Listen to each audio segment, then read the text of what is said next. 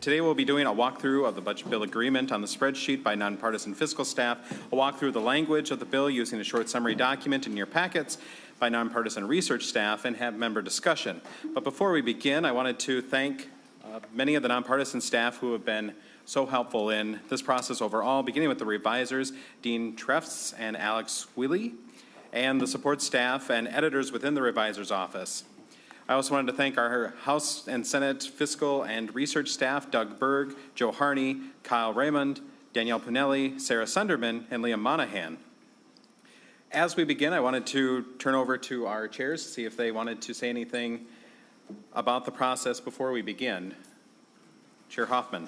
Thank you, Mr. Chair. And I think one of the things that we can absolutely take ownership on is we broke up into work groups, and I want to thank, I know we had Gilman and Frederick really did the work on the substance use work. Kim Hicks and Senator Abler did our work on EIDBI and some other things. But it was that theme that we had, was to get those people that are passionate in what they do. And I'm grateful for that because that really made our conversations, even though this was tough, Mr. Chair, this was the biggest, hardest target there was in the state. And we didn't require mediation. We got our work done, so we should be grateful for that. Chair Knorr. Thank you, Mr. Chair, and members, and to the members of the public. This was not easy. This has been a difficult bill from the beginning. Where we started from the House, it was about $1.3 billion to the changes that we're seeing right now. We understand the needs of people. We'll need to continue to have that conversation. But I just wanted to thank the staff from the agency, from DHS, and also the other agency that will be working with us on direct care and treatment. We had the commissioner and also amazing staff who helped us.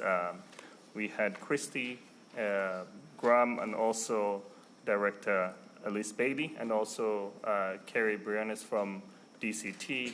I just wanted to say thank you. That collaboration with the agency really helped us, including the Department of Health, because there's some provisions that we interact with the Department of Health. I just wanted to say thank you for your support and to all the people who have been helping us through this process. Thank you, Mr. Chair. All right, and thank you, Chair Knorr. And I guess for my opening thoughts, that this is, of course, a work of compromise. That's what voters always ask us to do when we're up here.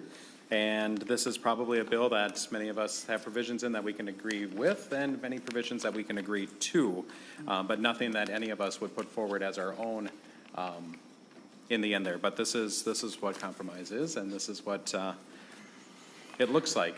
Representative Senator Abler. It's both, Mr. Chair. Thank you.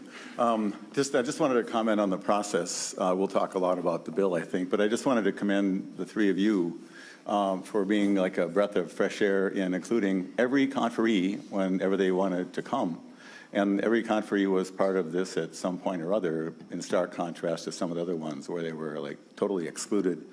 And I think that that's kind of characteristic of the kind of topic this is, and the collegiality and the critical nature of what we all do to serve here. And I just also wanted to acknowledge all the sheriffs that are here, a few random county attorneys. But it's good to have you around any time we can have you. So thank you, Mr. Chair. Thank you. Senator Abler. It should also be noted for the public that there will be likely some minor technical changes that come either in amendment form or in the final bill form that will be different from this. But we're not expecting any large adjustments, just the technical pieces that, as we continue to revisit the language, we find that we need to deal with. For the public today, we'll be utilizing the side-by-side documents that are all in the room and also posted online. And without further ado, I will turn it over to Doug Berg and Kyle Raymond to give us a walkthrough of the spreadsheet. Thank you, Mr. Chair, members. I'm Kyle Raymond, Senate Fiscal Analyst to the Senate Human Services Committee, and here with me is Doug Berg from House Fiscal. Today we were asked to walk through the work group agreement spreadsheet, and I'll just note the timestamp in the bottom right-hand corner of 6/3/25, 2:30 p.m. For page and line references. So to start, the first page is largely summary information and includes the governor, House, and Senate position coming into conference committee, and then the agreement in the right-hand set of columns. To start, the first kind of group of information on lines 5 through 8 show the general fund base and the change as provided in each position and in the agreement relative to that, to the base. And you can see on line 10, the target of 26-27 of a reduction of 270 million, and then in the tails, a reduction of 820 million, and on line 11, that the agreement meets that target. And I should just note for the 26-27 total, it also includes fiscal year 2025. So now moving to lines 12 through 20, this just shows for all agencies the total net fiscal impact and a breakdown by fund. Next, lines 25 through 33 show the Healthcare Access Fund balance, which is, there's no effect from this agreement on the Healthcare Access Fund. Lines 41 through 48 show the medical assistance by eligible category as reflected in each position in the agreement.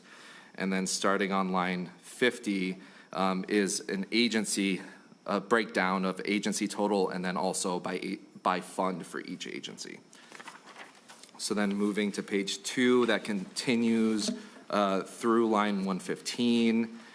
So now beginning on line 133. So this will show, for the remainder of the spreadsheet, shows the specific proposals that are were in either position or included in the agreement. Today we'll just be touching on those included in the agreement, which are reflected either by having a number dollar total or pound or a hashtag sign if it's a policy provision. And I will also just note that there were a handful of crossover proposals because of the House and Senate jurisdiction did not align. We grouped those together at the beginning of each agency. So the first number of pages are actually proposals that were not under this working group's jurisdiction. So I'll go ahead and skip to page 6.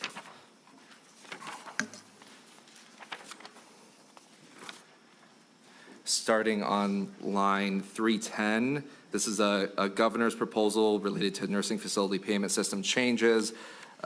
This is included in the agreement at a net total of a reduction of future expected expenditures of 41.1 million in the 26-27 biennium and 93.6 million in the tails.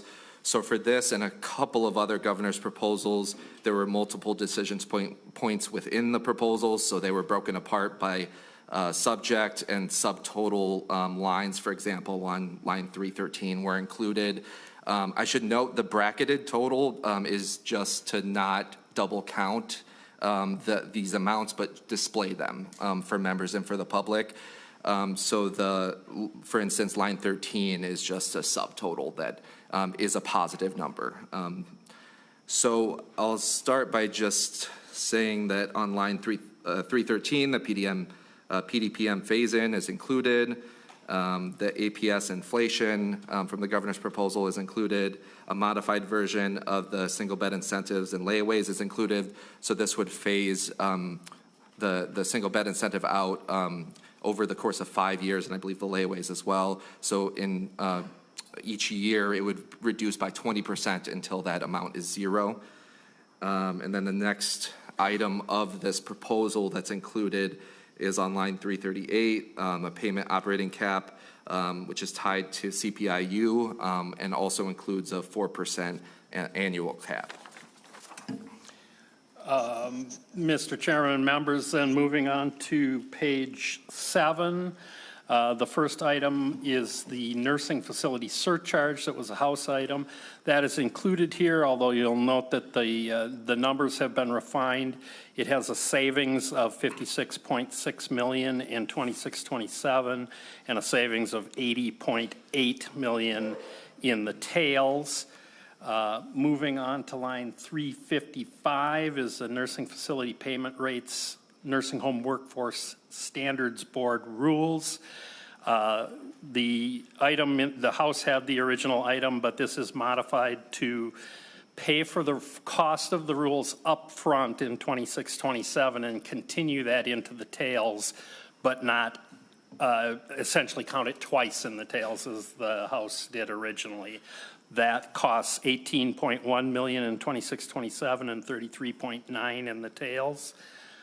Moving down to line 371, there are some changes, the hashtag there, that there are some changes to the way the Workforce Standards Board statute reads as part of this, which council can talk about, but I think generally recognizes the cost of the rules up front is how I would describe that.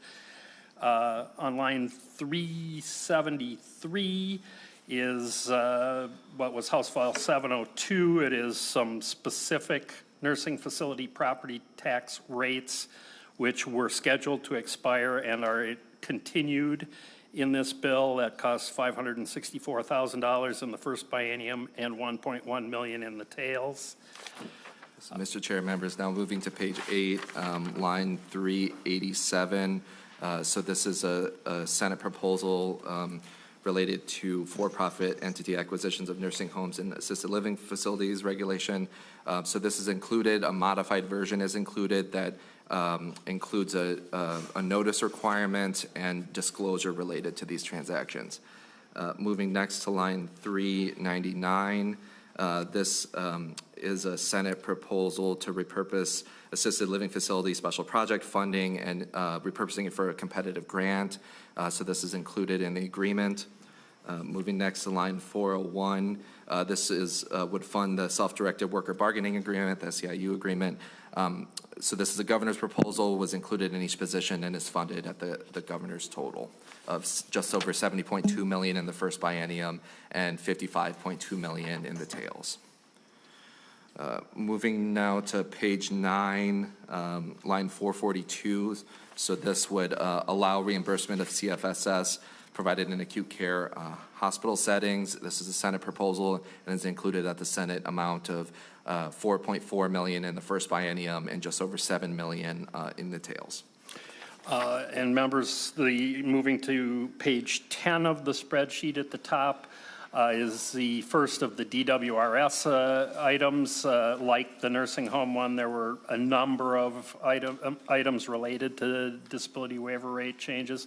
This adds an inflation, ties the inflation adjustment to CPIU with a 4% annual cap, very similar to what is Mr. Raymond mentioned in the nursing home area. This has a savings of $186.1 million in 26-27 and $479.2 million in the tails. Moving on, a new item in the working group area is on line 482 is the housing stabilization and recuperative care modifications, which have a savings of $203,000 in 26-27 and $4.2 million in the tails. Going to line 487, again, this is like nursing homes. The top line includes the sub parts below. So the overall change in disability waiver expenditures for day and unit-based services is a savings of $45.8 million in 26-27 and a savings of $113.1 million in the tails. Within that is on line 500, a change to the daily cap on individualized home supports with training services, which is capped at 6 hours in this language. The governor's recommendation had been at 8 hours. Moving down to line 507 is another piece of this, which is establishing a separate night supervision sleep rate that is different from the awake rate. Again, those are subsumed under the header up on line 497. And then on page 11, on line 521, is the item on disability waiver expenditures limiting rate exceptions. That has a savings of 51 million in 26-27 and 82.7 million in the tails. Mr. Chair and members, moving next to line 536, this is reforms to waiver authorization. So this includes training for your county case managers, supervisory approval of service authorizations, as well as DHS approval of reauthorizations if they're over CPI. So this is a Senate proposal included in the agreement at an expanded amount. In the Senate position, it was for CADI only, and it was expanded to all waivers in the agreement. So this results in a reduction of future expected expenditures, of 15.5 million in the first biennium and 2.8 million in the tails. And then moving next to line 552. So this is administrative expenses for the Long-Term Services and Supports Advisory Task Force. This is a temporary task force funded at $908,000 in the first biennium only. So this is connected to the next item on line 558. So this is assumed spending reductions from future cost savings proposals. So there's a contingent reduction associated with this. So essentially the Long-Term Services and Supports Advisory Task Force would come up with proposals to produce future cost savings. It would then go before the legislature in the 2027 session, and if those items aren't enacted enough to hit the dollar total on line 558, then there'd be a contingent cut. So one change between the Senate position and what's in the agreement is the contingent reductions were split between two sources.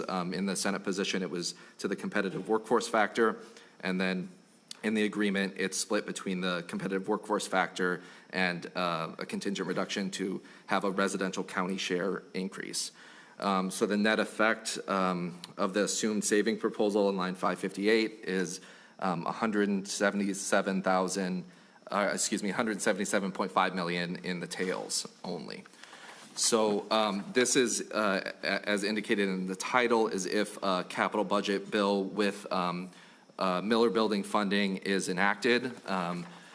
So if that does not occur, now going to the next page, on page 12, line 563, essentially a proportionate reduction of the operating expenses that we'll talk about later that were provided for the Miller Building operations would then reduce this assumed savings, spending reduction amount. So you can see the totals there, that it would be rather than on the prior spreadsheet or the prior line of 177.5 million, that number would go down to 143.5 million. Go ahead. All right. On line 568 is the waiver reimagined advisory task force item. This has changed substantially from when the House had it. Now it is just an advisory task force. It has a cost of $272,000 in each biennia. And on line 574 is a no-cost item that adds home care nursing into individualized budgets in waiver services. Moving to line 586, so this is rate increases for family residential services. So this was included in the Senate position. It's a modified version. The Senate position had essentially a 50% difference between the rate tiers and the corporate foster care rate. And so this is now roughly 25% included in the agreement. So that has a cost of 2.1 million in the first biennium and 7.5 million in the tails. Moving next to line 594. So this would temporarily extend the customized living disproportionate share program for current facilities. So it would be through fiscal year 2028, and the total expense of this would be 1.9 million in the first biennium and 1.5 million in the tails. Moving next to line 599, this is a governor's proposal that specifies tribes are eligible targeted case management providers. So this is included, it was a governor's proposal included in all position and is included in the agreement. Moving next to line 601. So this establishes a positive supports competency program as well as modifies positive supports qualifications. So this is included in both the Senate and House positions at slightly different amounts, but it's included at the House amount of $689 in the first biennium, and then an ongoing cost of $6,000 in the tails. And on the top of page 13 on line 607 is the provision to modify out-of-home respite care services for children. This was in both Houses' positions and is included in the final agreement at a cost of $1.3 million in 26-27 and $2.6 million in the tails. And then moving to line 612, so this is a proposal to include swimming lessons under family and consumer support grants, disability waivers, and CFSS for individuals with disabilities that are under the age of 12. So this was in the Senate position and is funded at that amount in the agreement of just over $2.3 million in the first biennium and just over $5.4 million in the tails. Then moving next to line 628, so this would establish a provisional EIDBI provider license and increase administrative oversight. So this is a modified version of the governor's proposal. It's funded at the governor's amount, though I understand there are some language differences between the two, but is funded at the governor's level of all funds total of $10.9 million in the first biennium and $10.5 million in the tails. And on page 14, line 61 is an item that originated in the House bill for additional program integrity services paid for through licensing fee increases. This has a savings of $11.6 million in the first biennium and $18.3 million in the tails.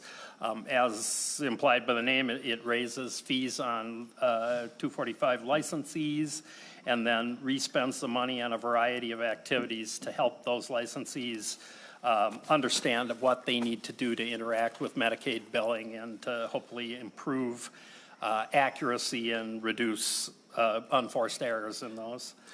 Moving next to line 683, this is Chapter 245D, Provider Licensing Compliance Education, and as well as conditional licensing modifications. So this was in the Senate position and is funded at the Senate level, although it's delayed a year. So the total is just over $1 million in the first biennium and about $2.4 million in the tails. Moving next to line 690, this is a proposal for cost reporting improvement and direct care staff review. So this was Senate only and has a cost of $314,000 in the first biennium and $114,000 in the tails. And then moving now to page 15, line 706. So this is a Min Choices modification study. This is the administrative costs associated with that of a one-time expense of $432,000 in 26-27. So this is tied to the next proposal on line 712, assume spending reductions from Min Choices. So similar to what I described earlier, this study would produce proposals that related to the payment methodology for Min Choices.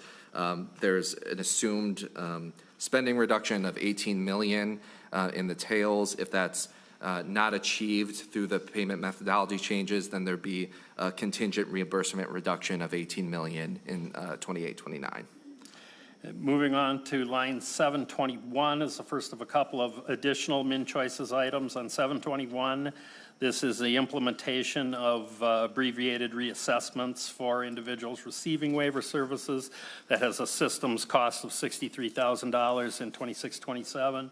And just below that on line 725 is a Min Choices modification items that deals with hospital contract assessments and assessor qualifications and the creation of a Min Choices dashboard. That has a one-time systems cost of $38,000 in the 26-27 biennium. On line 729 is a governor's item on various modifications to the Behavioral Health Fund. The governor had that and both houses had various versions of that. There are parts of that included in this agreement which save $3.5 million in 26-27 and 10.4 million in 28-29, and you can see, I mean, the largest difference is the change, that it does not include the governor's recommendation to increase the county share, is the biggest change that happened to that one. That is to say, the county share stays the same on that, stated directly.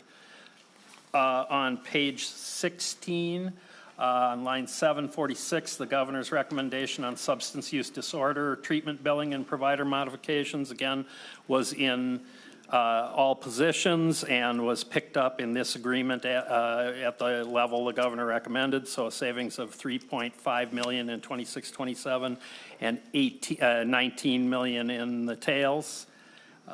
Then moving on to line 755 is the supportive recovery housing modifications.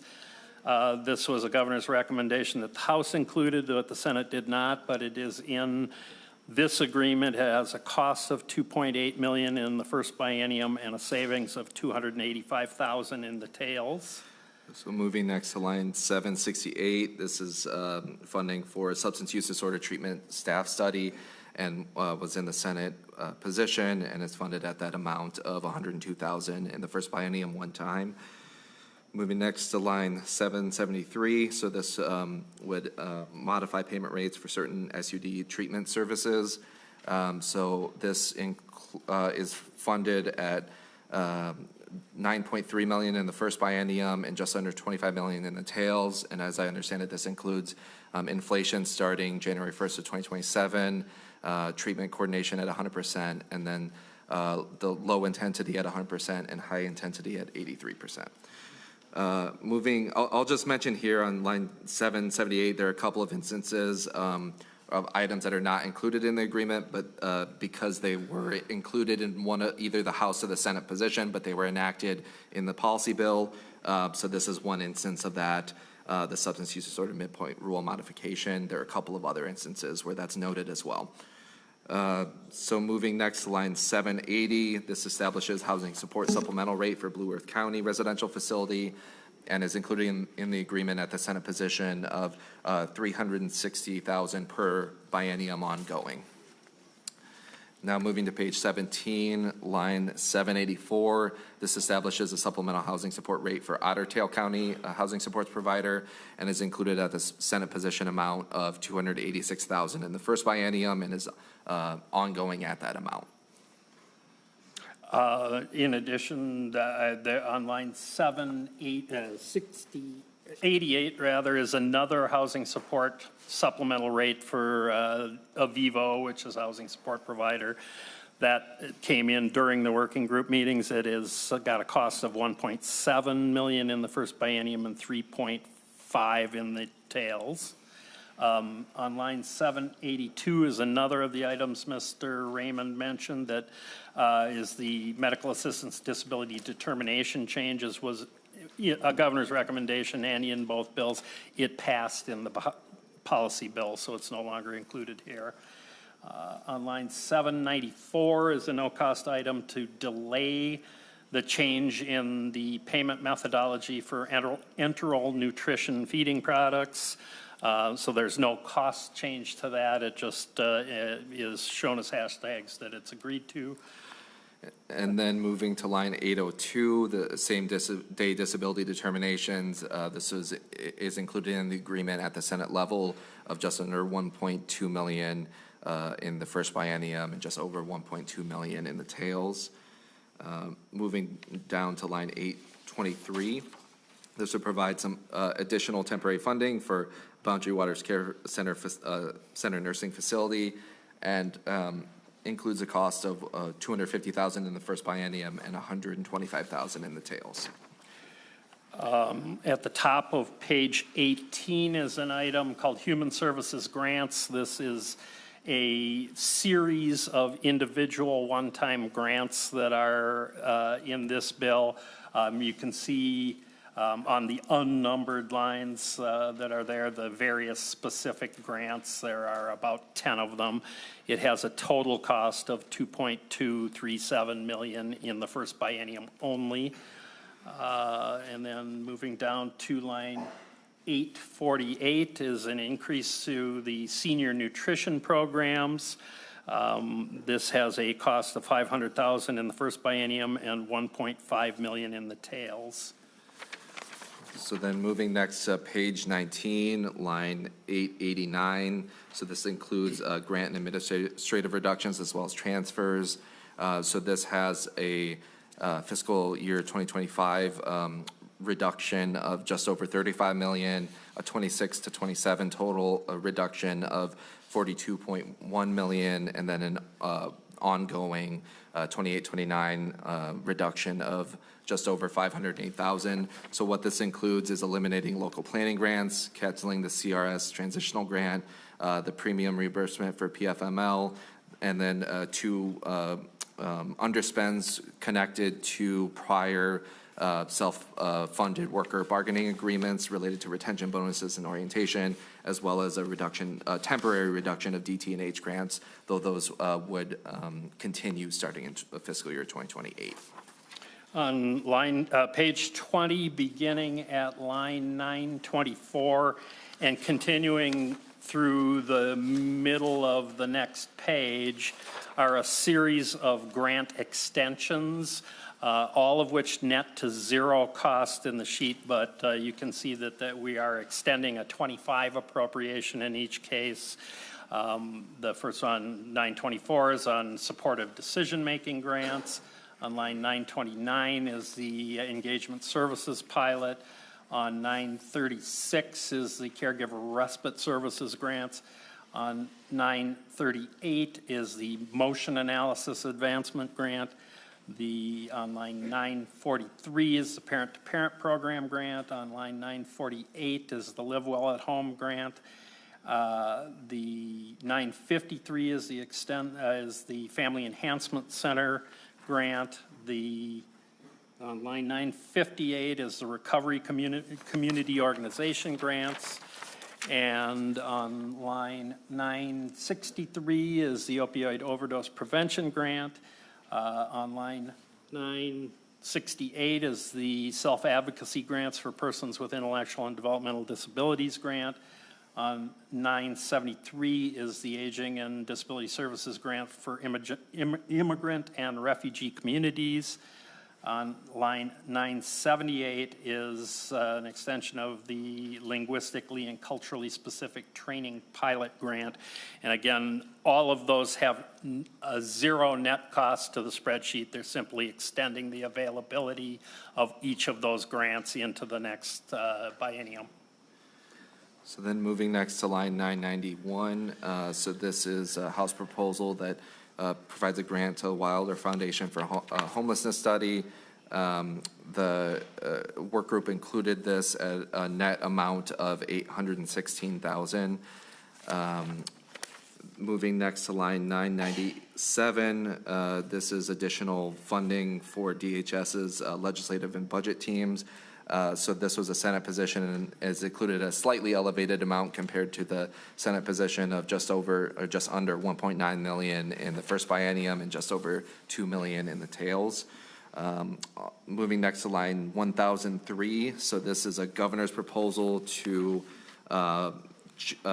make technical and budget changes. Essentially, it's moving some grants from one budget activity under their budget structure to a separate one. So the net effect for these is zero, but they are included in the agreement. And moving on to page 22, on line 1049 is the first of the items for direct care and treatment.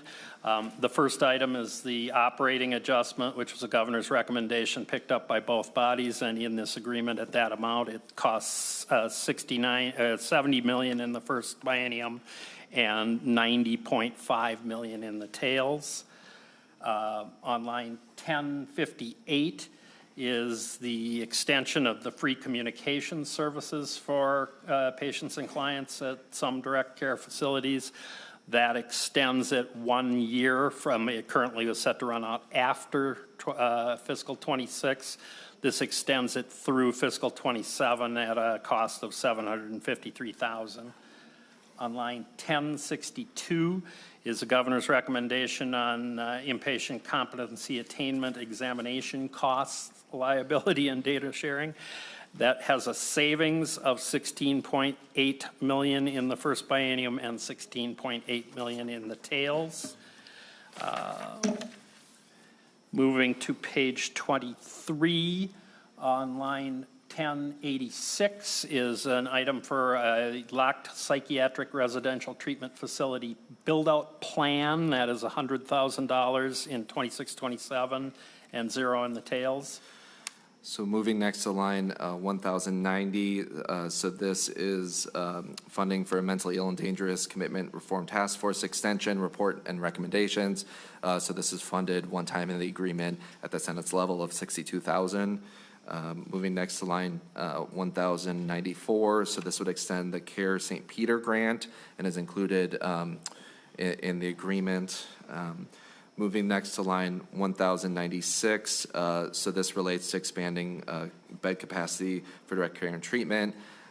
So there's an appropriation later on that we'll touch on to supplement funding for the Miller Building renovation. In addition, there's also operating expenses that are provided, which were expected to start in fiscal year 2029. So a net amount of $34 million in fiscal year 28 and 29 is included in this bill. However, there's a contingency in the bill that if the Miller Building funding in the capital budget bill is not enacted, then line 1102 would kick in, and that operational funding would not be included. All right, and moving down to line 1136 on page 23 is the first. There are a couple of items at the Health Department. This is funding the administration of consent to electronic monitoring requirements. It has a systems cost of, I believe, of $8,000 in 26-27 and $6,000 in the tails. There is on line 1140 a no-cost item about modifying assisted living facility service termination requirements, which is included. And moving next to page 24 on line 1157. So this is a grant for a competitive grant for a skin lightening public awareness campaign, and it's funded one time at $200,000 in fiscal year 2026-27. And then moving next to line 1165, this is a governor's proposal under the Department of Health to reduce HCBS employee grant scholarship grants and loan forgiveness program. So this would reduce that existing appropriation by $250,000 per year, or $500,000 per biennium ongoing. And finally, on page 25, beginning at line 1264, are the other agency section of the bill. On the Council on Disability, it is the governor's recommendation for an operating adjustment. However, also you'll see in 2025 on line 1267 is a amount from cancellation of the Legislative Task Force on Guardianship. On line 1271 is the ombudsman for mental health and developmental disabilities. Again, this is the operating adjustment, which has a cost of $175,000 in the first biennium and $234,000 in the tails. I think I neglected to mention on the Council on Disability that the cost is $72,000 in 26-27 and $96,000 in the tails. Going to line 1277, there's a cost at the Office of Administrative Hearings related to the assisted living service termination agreements language. That is $534,000 at the Office of Administrative Hearings in the first biennium and $524,000 in the tails. And finally, on line 1295 is the item Mr. Raymond mentioned that appropriates $10 million to the Department of Administration for capital costs related to the building of the Miller Building replacement facility. That has a appropriation of $10 million in 26-27 with a tail of $10 million in 28-29.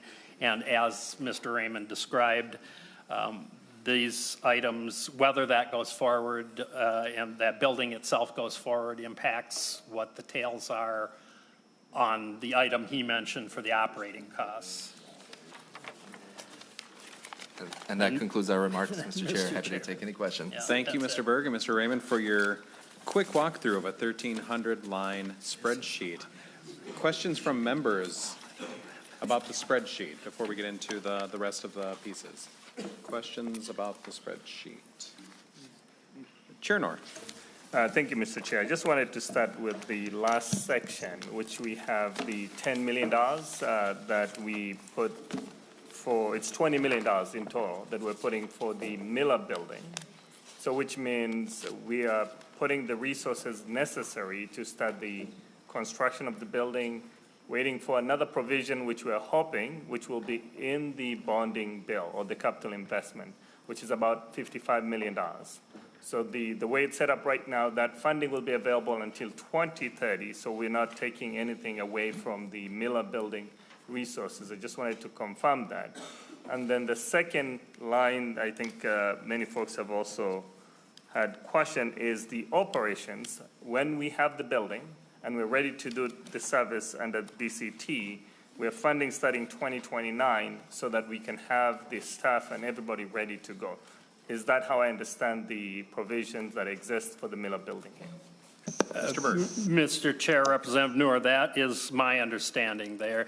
The $20 million appropriated to, well, 10 and then the tail of 10 to the Department of Administration is to supplement the assumed costs that will be hopefully appropriated in the bonding bill, $55 million plus the 20 for a $75 million building. Then the item that Mr. Raymond mentioned on 1096, the $34 million in 2029, which is assumed for operations of the new facility, is contingent on whether that is appropriate, whether the bonding bill passes and includes it. If not, then the $34 million goes away from this purpose and goes up higher in the sheet to reduce the contingent reduction that Mr. Raymond talked about early in the sheet. Chair Knorr. Thank you, Mr. Chair. Thank you to Mr. Berg and Mr. Raymond for the information. I think this is something which we've been planning. It's about increasing the capacity to DCT.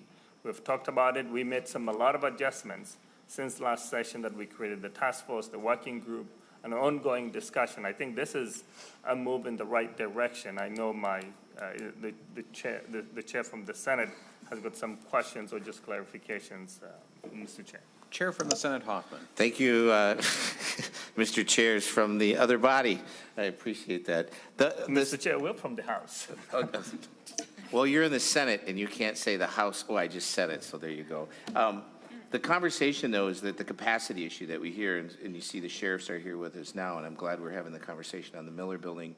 And Anoka prosecutor Brad Johnson III said to me that the money amount, the $75 million, because I gave him a breakdown on that, the original amount was like 71. So if by chance, and I like what you did, members, with the contingency, that money staying within the Department of Human Services. I mean, 2 years ago, we had $1.825 billion that was unspent money at the Department of Human Services.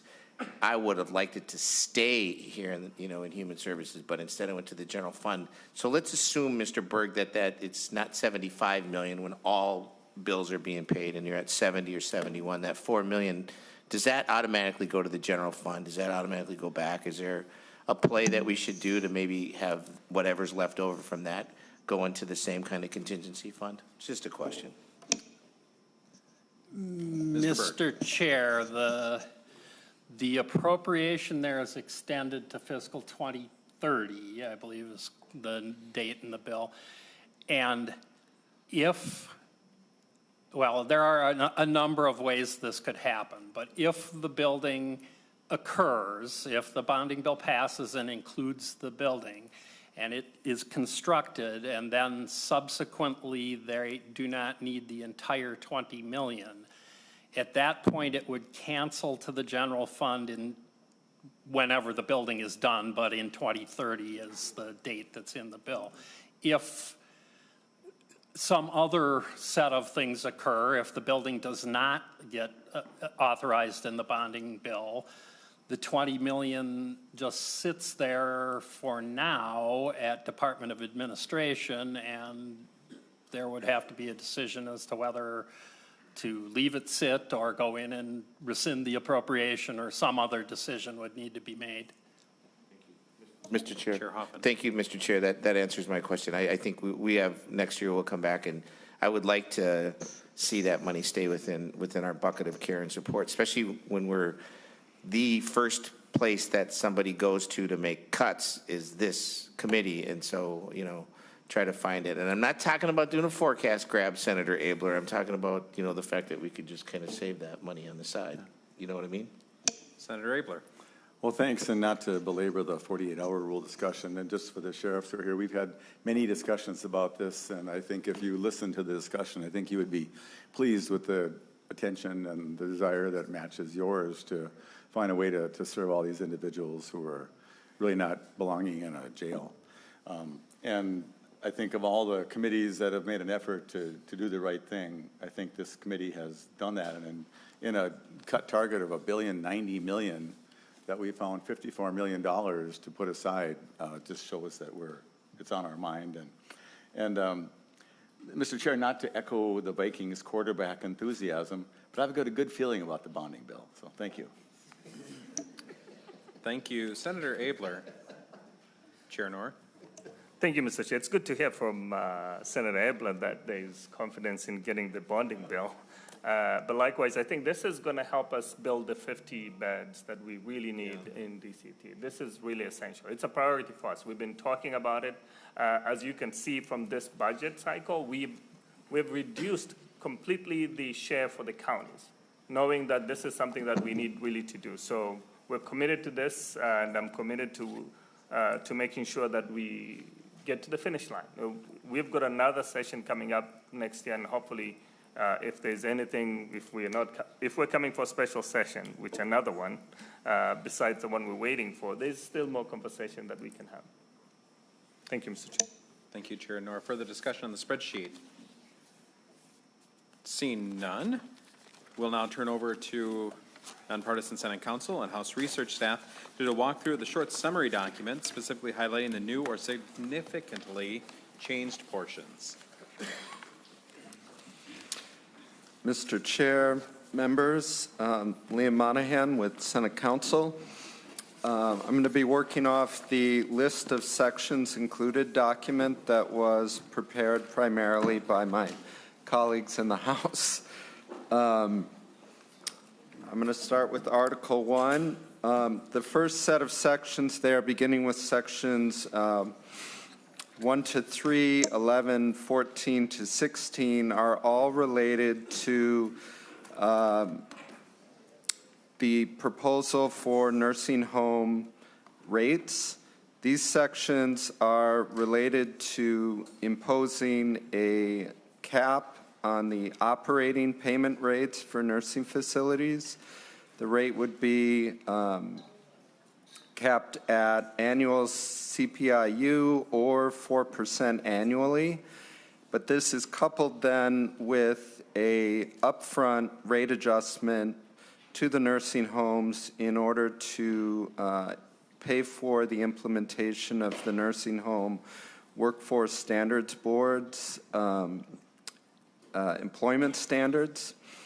And I'll note that there's language in the bill that says the upfront payments for potentially future employment standards would only be, the payments would only be upfront so long as the operating payment rate limits were in place. Article 1, Section 4 is a new proposal that arose out of the working group's work. It removes nursing facilities from eligibility for the Long-Term Services and Support Loan Program It removes the requirement that the loan program be competitive and allows for the ongoing submission and processing of loan applications. Sections 5, 17, 19, and 20 remain unchanged. They're essentially the House position related to the surcharge on nursing facilities. Sections 6 and 7 are the provisions from both chambers related to the senior nutrition programs. These are slightly modified at the request of the Board on Aging. Sections 8, 21, and 22 are the phase out of the nursing facilities single bed incentive and layaway. I'll skip that. Article 1, sections 9 and 18 are unchanged. It repeals the annual property rate inflation adjustments for facilities whose property rates are still the contract rates. Article 1, Section 10 removes the expiration date for certain facilities-specific nursing facility property rate increases. But I'll mention that it retains the language that the facilities rates under this section end when the facility transitions to a property rate that's determined under Chapter 256R. Sections 17 and 23 are the language I referenced earlier. These are the calculations for the upfront rate adjustment for nursing home employment standards. Sections 12, 13, and 24 are unchanged. Those are related to the transition to a new case mix classification system for nursing facilities. Sections 25 to 30 are slightly modified Senate positions. It modifies the EW customized living rate floor for disproportionate share facilities. And the new pieces are it prohibits the facility from coercing a resident to become an EW participant and requires a provider receiving the rate floor to use a minimum of 66% of the revenue generated by the floor for direct care staff compensation. Section 31 is new. It is modifying a provision that passed in the policy bill, adding an effective date. It's related to the consolidation rates that were codified in the policy bill. And finally, Section 32 is a modified version of the House repealer. It only retains the repeal of the language related to the prior system operating cost, the allocation of self-insurance costs, the hold harmless provision from when the bill, or from when VBR was initially enacted, and the rate limit reduction related to the total care-related payment rate, which was also part of the original enactment of VBR. Mr. Chair and members, I'm going to continue on with Article 2, Disability Services. The first grouping of sections 1, 11, 42, 43, 47, 49 through 55, and 60 through 62 are unchanged. These are the provisions that effectuate the labor agreement between the state of Minnesota and SEIU Healthcare Minnesota and Iowa for individual providers of direct support services. Included are investments in CFSS and consumer-directed community supports, and it also establishes stipend payments to bargaining unit members. Sections 2 through 5 are unchanged. This provides for 245D licensing compliance, education, and modification orders of conditional license for 245D providers. Sections 6, 7, and 59 are unchanged. It modifies positive support professional and positive support analyst required qualifications and requires the commissioner to establish a positive supports competency program. Section 8 is unchanged. It exempts settings that meet certain criteria from licensure when providing out-of-home respite care services for children. Sections 9, 10, 41, 66, and 67 are unchanged. This was a Senate proposal establishing swimming lessons for children under age 12 as an allowable use of family support grants and consumer support grants and as a covered service under the disability waivers. Sections 12, 13, 15, 16, and 21 are unchanged. Permits lead agencies to contract with hospitals to perform assessments of patients and requires assessment backlog reporting by lead agencies. Section 14 is unchanged. It modifies MnChoice's assessments. Sections 17 through 20 are unchanged. It authorizes abbreviated annual reassessments for people receiving disability waiver services. Sections 22 through 24 and 26 through 28 are unchanged. It modifies MA disability waiver service authorizations. Section 25 is unchanged. It includes tribes as an allowable provider of targeted case management services for vulnerable adults and persons with developmental disabilities. Section 29 and 69, subdivision 3 are unchanged. It establishes an advisory task force on Waiver Reimagine, and it repeals the Waiver Reimagine Advisory Committee. Section 30, 32, and 35 establishes different rates under DWRS for awake night supervision and asleep night supervision. That's unchanged. Sections 31 and 33 modifies future DWRS inflationary adjustments by basing adjustments on CPIU and limiting adjustments to 8% per biennium. Section 34 was modified. This limits billing for individualized home supports with training and individualized home supports with family training to 6 hours per day. Section 36 was unchanged. It limits rate exceptions for residential services under DWRS. Section 37 is unchanged. It subjects DWRS payments to MA sanctions and monetary recovery requirements. Sections 38 through 41, 45, 46, 48, and a portion of 69 makes technical changes to CFSS consultation services.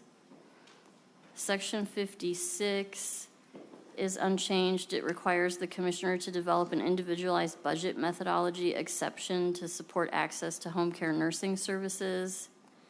Section 57 delays the supported decision-making grants report to the legislature by 1 year.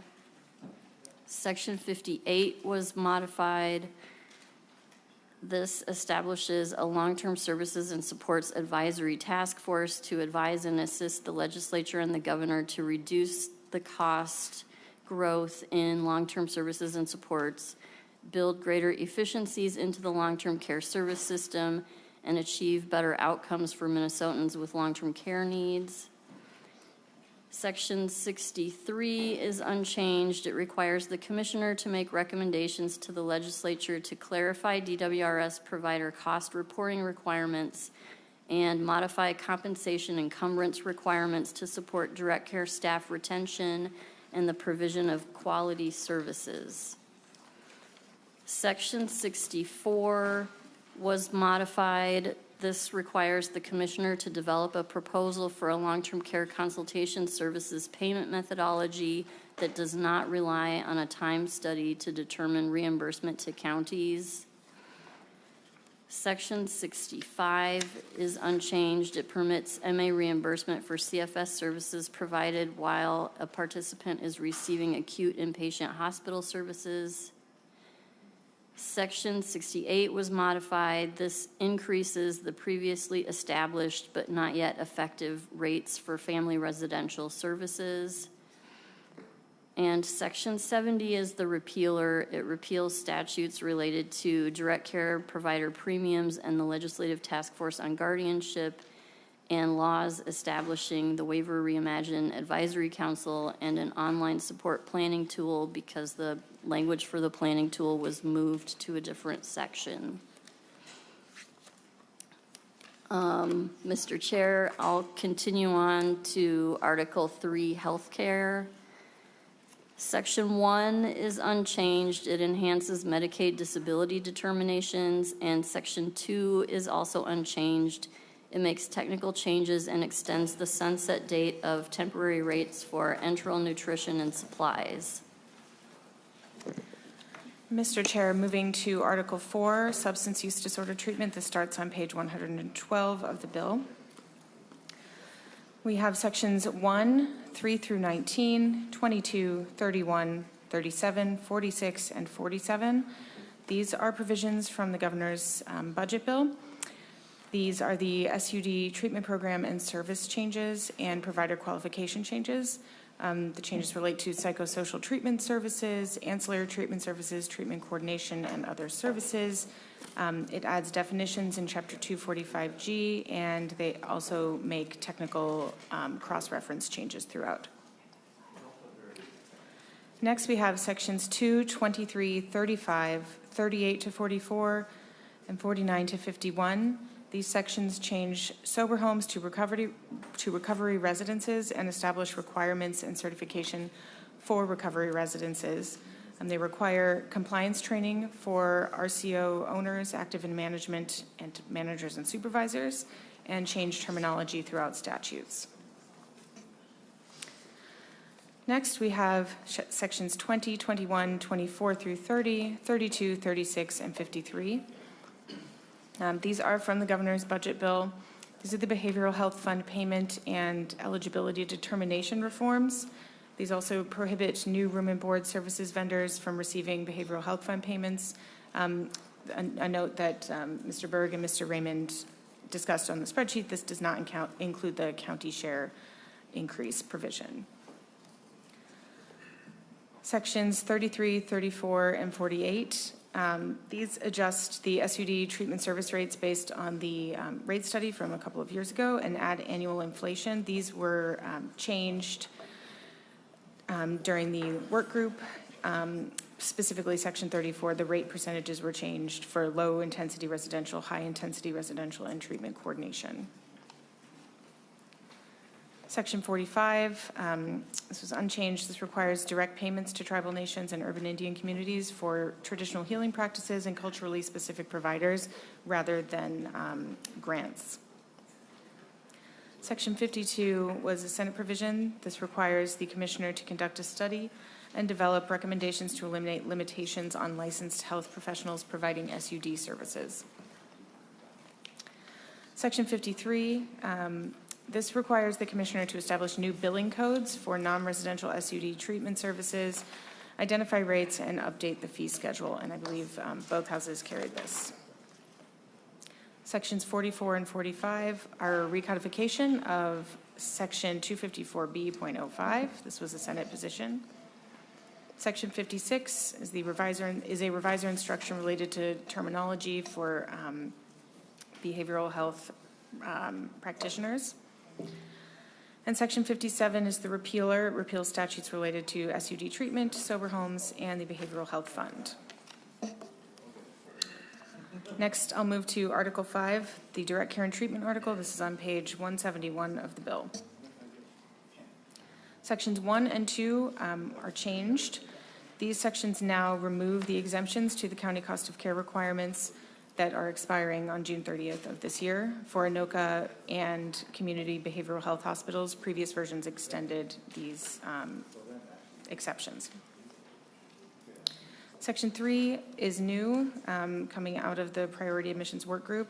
This requires the DCT Executive Board to publish a referrals and admissions dashboard on the DCT website and specifies the data and information that the dashboard must include and requires quarterly updates of the dashboard. On page 174, Section 4 is new. This modifies and adds notice requirements for referrals to DCT, including relative priority status and factors impacting priority admission status. It also requires additional notice after 60 days and requires the agency or facility where an individual is awaiting DCT admission to transport the individual to direct care and treatment within 48 hours after the offered admission date. Sections 5 through 9 are unchanged. These are provisions related to inpatient examination and competency attainment programs and the county of financial responsibility and costs. Section 10 is also unchanged. This was a Senate position extending free communication services in DCT programs and facilities until June 30th, 2027. This was slightly changed to conform with the spreadsheet for only this amount of time. Section 11 was new. This comes out of the work group. This establishes the Priority Admissions Review Panel. And finally, Section 12 is also new. This requires the commissioner to immediately approve a limited exception for up to 10 civilly committed patients per year in hospital settings to be added to the DCT Priority Admissions waitlist. And this goes until June 30th, 2027. And that concludes Article 5. Mr. Chair, members, moving on to Article 6. This is a collection of EIDBI reforms that appeared in a number of different spots in the earlier bills. And it's a combination of work by the Senate, members of the House during the working group. It's based in large part on provisions from the governor's proposals. So this article in total provides for a provisional licensure for EIDBI providers, requires the commissioner to develop a comprehensive licensing standards, provides for various other EIDBI reforms, places a temporary moratorium on new EIDBI providers being enrolled as MA providers, clarifies and expands EIDBI background studies requirements, and clarifies the agency responsible for EIDBI maltreatment investigations is the agency will be the Department of Human Services. And moving to Article 7, the Homelessness, Housing, and Support Services article. This also contains quite a bit of new language that was worked on through the work group, as well as provisions that were pulled into it from other portions of primarily the House bill that originated with the governor. So in Article 7, Sections 1, 3, 5, and 7 to 15 are all related to housing stabilization services. These sections modify housing stabilization services by expanding and clarifying the background studies requirements, and provides for various housing stabilization service reforms, including expanding agency qualifications and duties, expanding documentation requirements, particularly related to the delivery of services, requiring a pre-enrollment risk assessment of a provider prior to MA enrollment, requiring certain individuals to periodically complete compliance training, and establishing service limits for housing stabilization services. Sections 2, 4, 6, 7, and 16 to 22 are all related to recuperative care services. These sections modify recuperative care services by requiring background studies on certain individuals, establishing provider qualifications and duties for providers of this service, requires a pre-enrollment risk assessment for a new provider prior to MA enrollment, requires certain individuals to periodically complete compliance training, and requires that the setting in which the service is provided undergo a habitability inspection prior to services being offered in that setting. Sections 23 to 25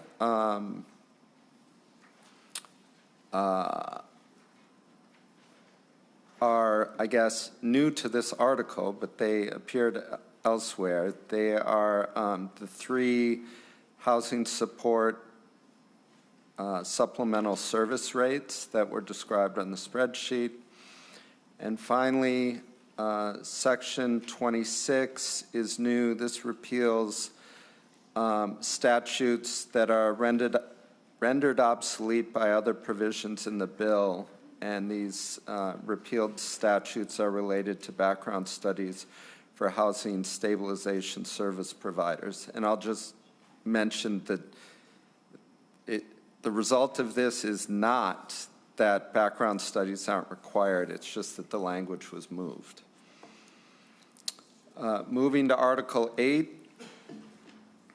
these are the handful of Department of Health provisions that are included in this bill. Articles 1, 4, 13, and 14 are a modified version of the Senate position related to transactions involving nursing homes and assisted living facilities. So these sections modify the definition of controlling person for the purposes of nursing homes and assisted living facilities. And sections 13 and 14 require notice and certain disclosures when a nonprofit nursing home or assisted living facility is purchased by a for-profit entity. Sections 2, 3, and 7 were modified by the working group. These sections modify the Home Care and Assisted Living Advisory Council and modify language related to the statutory appropriation of certain fine revenue to fund various projects and a competitive grant program for assisted living facilities. And finally, sections 6 to 12, 15, and 16 are the sections that modify various provisions related to assisted living service terminations and assisted living contract terminations.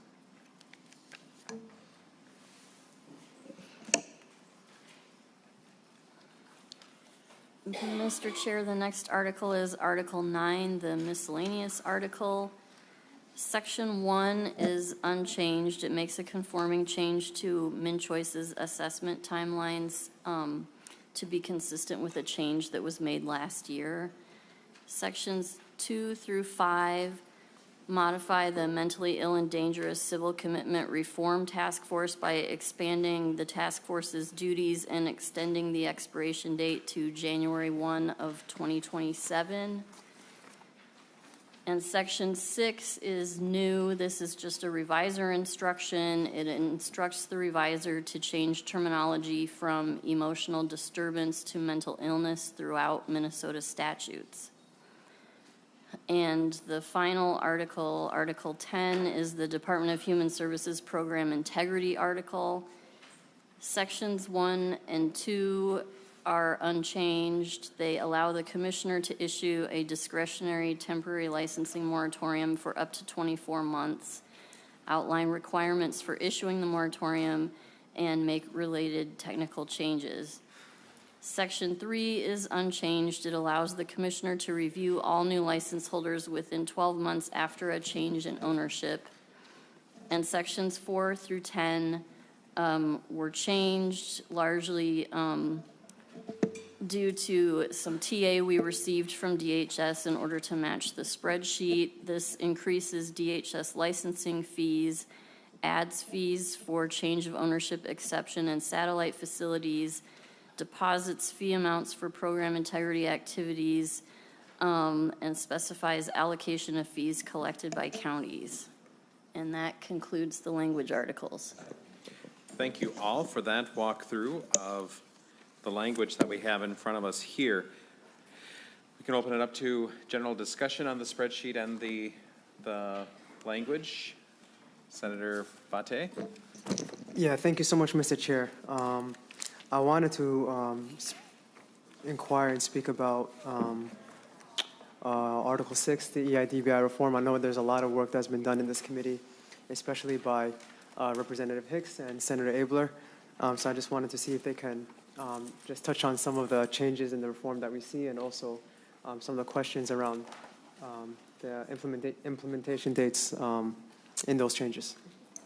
Thank you, Senator. Senator Abler. Well, thanks, Mr. Chair, and Representative Hicks is here as well. And I'll just go briefly, and then she can maybe respond to a specific series of questions. Just the big picture of this whole thing is the EIDBI program is really an important one. There are maybe 20,000 young kids at this point or something who really benefit by that. And the quality of services provided ranges from stellar to fraudulent. And so the providers who I've dealt with are just in the very, very good category, and we tried to find a way to keep the pressure off of those while putting a great deal of pressure on those who think this is a nice way to make some money. And the sad thing about that is you waste some money, but also the children that they're serving think they're getting, the parents think they're getting some kind of service, and they may actually be dissuaded from continuing on with something that might be helpful to them. And so in the bill, well, I'll just let Representative Hicks go into the content of it, but we have listened to all the concerns that have been brought to us, and we think it's a really workable program. The deadlines are actually out relatively far. You don't have to have a provisional license, I think, until January 27. You have to get it turned in by a year from now. We don't believe it generates extra paperwork for the individual providers. We do think the department has to generate a lot of paperwork, and they've got a small army of staff that are going to be doing that. So, Mr. Chair, if I could just yield to Representative Hicks to talk. Well, you're sitting on the Senate side, so I'm really confused. Representative Hicks. Thank you. I'm sitting on this side because I worked with Senator Abler on this, and so I wanted to come sit by him. The articles in Article 6, the things in Article 6 really came from a lens of helping kids. And there's been a lot of conversations about the needs of providers. And we need providers to help kids. But at the end of the day, we need to support kids. Current data in Minnesota indicates that over 3% of Minnesota's children ages birth to 18 have autism. 3%. That is a huge number of kiddos with autism, and we need to be supporting them with high quality service. EIDBI is kind of odd to be in human services because it's actually a medical service. It's a medical service that's billed with a billing code that's medical. It's not a home and community-based service. It's not a child care service. It's not a PCA service. It's a medical service. And when we start talking about medical services, we need to talk about effectiveness and oversight. I know nothing about teeth. I think teeth are gross. I could decide I'm going to open a dentistry clinic. But if I'm not a dentist and I don't have a dentist there enough, and I just bring in a couple of hygienists and nobody's ever there to check the x-rays or look at the teeth, I don't have a dentistry clinic. I have a place where people go and somebody looks at their teeth, which isn't the same thing as receiving a medical service. This is a medical service that wasn't licensed. It was a medical service that had no health and safety guidelines to protect children from things like lead ingestion. It was a medical service that had no authority for anyone to investigate maltreatment, like the horrific incident we saw last year on Care 11 of that poor little boy who was abused by his behavioral therapist. And when we are talking about children who have really intensive needs and really intensive behaviors, if we do not have behavioral therapists who have a clinical supervisor who is available when they don't know what to do, if we do not have behavioral therapists who can ask for support and help from a clinical supervisor when a child's treatment plan isn't working and behaviors are escalating. What we have is a program that puts our most vulnerable children in danger. And the provisions in this article work to address that. And it's not the here-all, be-all, and it's not perfect. That's why it's provisional. And that's why the voices of our amazing providers are going to be included in those conversations as we work towards permanent licensure. But we have to do something now to protect our most vulnerable children, who right now have no protection. And that's what this article does. Chair Hoffman.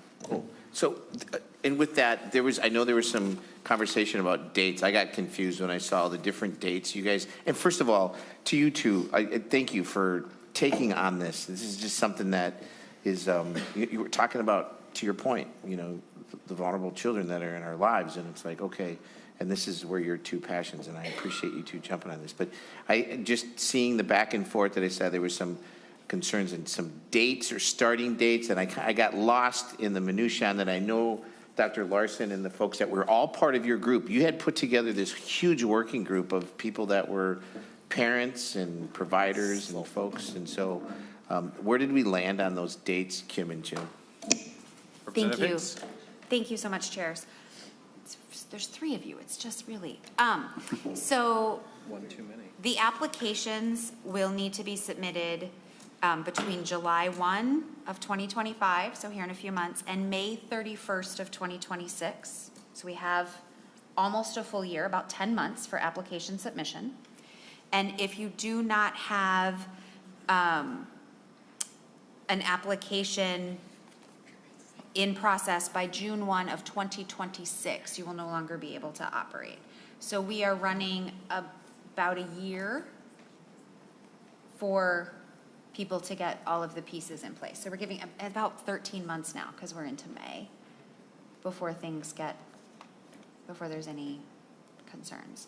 And then that's the provisional, and then the working group, or the advisory group, is going to come back to the legislature with, here are the things we think you need in a forever license, right? And of course, anything is subject to change, but to really get us a permanent license, those folks are going to bring us back information in 2027.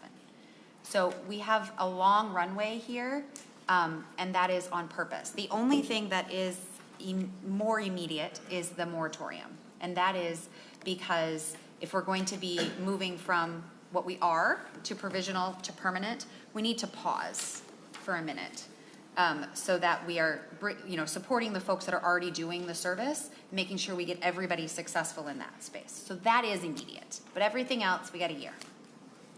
Senator Hoffman.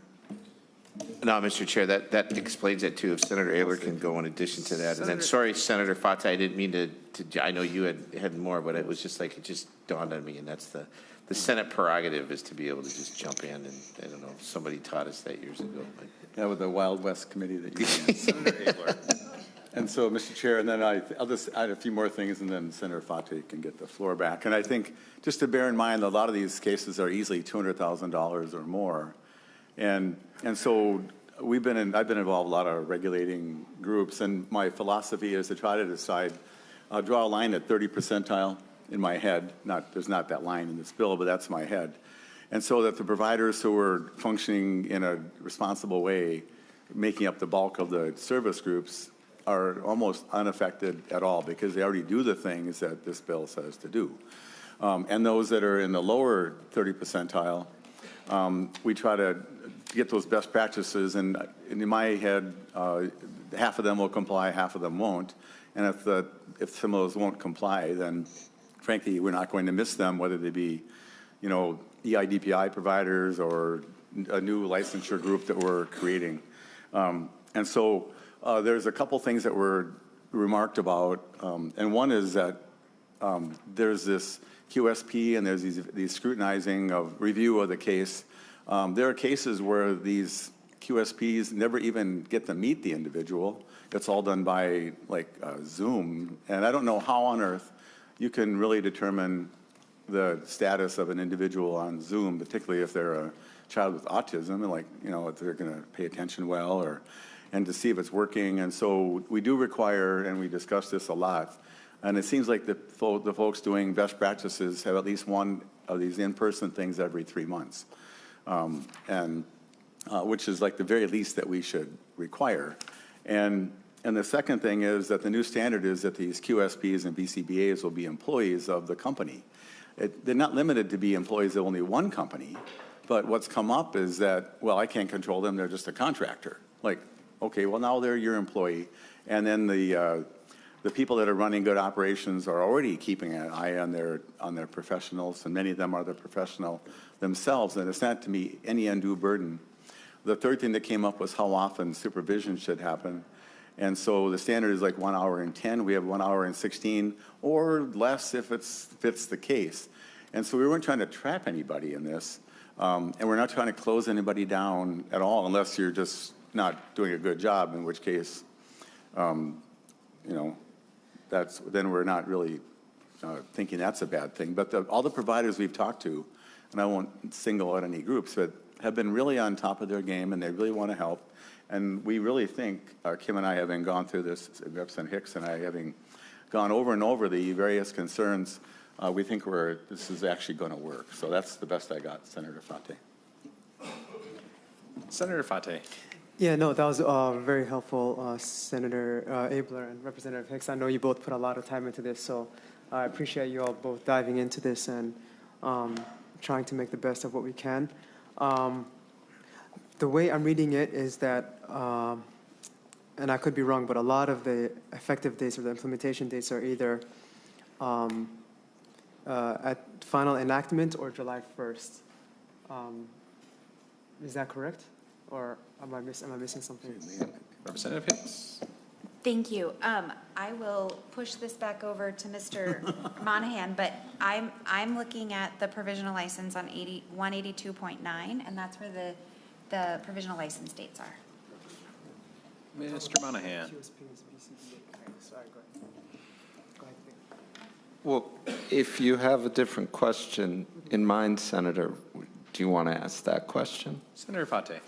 Yeah, thank you, Liam, and thank you, Representative Hicks, and thank you, Mr. Chair. I guess maybe some of the changes around like the QSP status and things like that, like when do those dates begin? Mr. Monahan.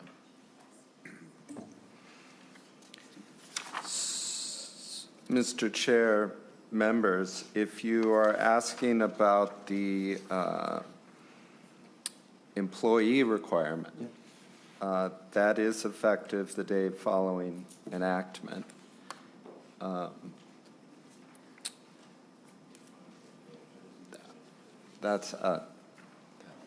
perhaps could be more to be said, but I'll leave it at that. It is effective the day following enactment. Senator Fate. I'll let Representative Hicks jump in. Thank you so much. Hicks. Thank you so much, Chair. Thank you so much, Senator. I want to point out in the language, if you see the change, it's from employed by to employee. So the current statute, the current language says employed, and this says employee. So this is just clarifying that these individuals need to be affiliated with the organizations in a way that is a true employer-employee situation. And the reason that that's really important, aside from just the safety of children, which I think I've talked about pretty consistently, but the other reason that that's really important is right now, if a provider, an agency, were to have a maltreatment claim and a child is injured,